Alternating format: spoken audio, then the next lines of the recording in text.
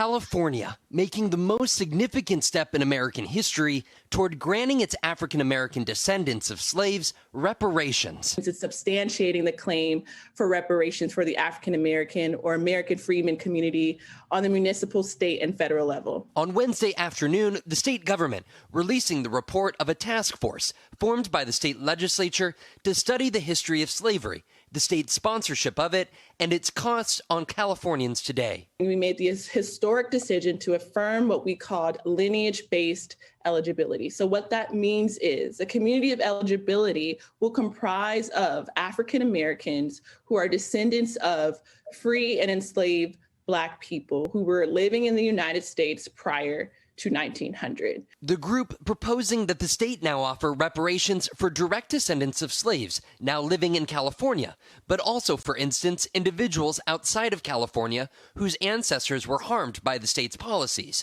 In 1852, the report says there were approximately 1,500 enslaved African Americans in California. The task force is also recommending restitution for Black individuals whose ancestors were forced by the government out of their homes for government projects like highway construction, but also for consequences reaped by generations of government-complicit racism involving housing, employment, and educational discrimination. We pay for what we want to. We paid for wars. We paid for redevelopment of communities. And I think that we're capable. The question is, do we have the will? Do we have the moral fiber? This is the most extensive government commission report on America's Black population in more than 50 years, since President Lyndon Johnson's 1968 Kerner Commission. California Governor Gavin Newsom backed the creation of this California task force in 2020. The group will now spend the next year proposing the mechanisms in which reparations would be extended. In Wednesday's report, it already outlined the creation of a government office to help residents track their family lineage and file reparations claims. What does the action off of this report actually ultimately look like?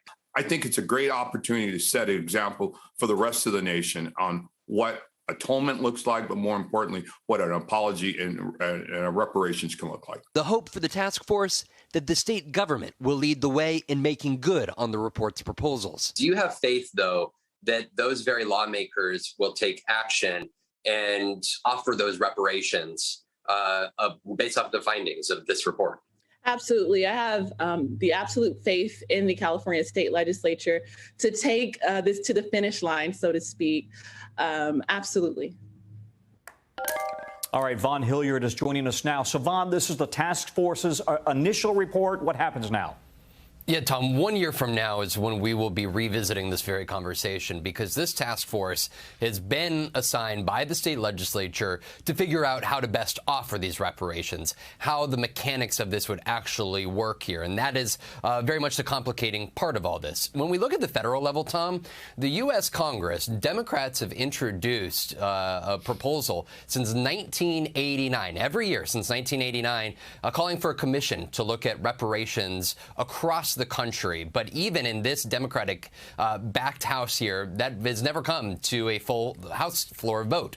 Now, there are some justice groups that have called on President Biden just last month to issue an executive order, which would call for a commission on reparations. He is yet to do so as well, and that is why there are so many eyes looking at what California ultimately does here in the year ahead.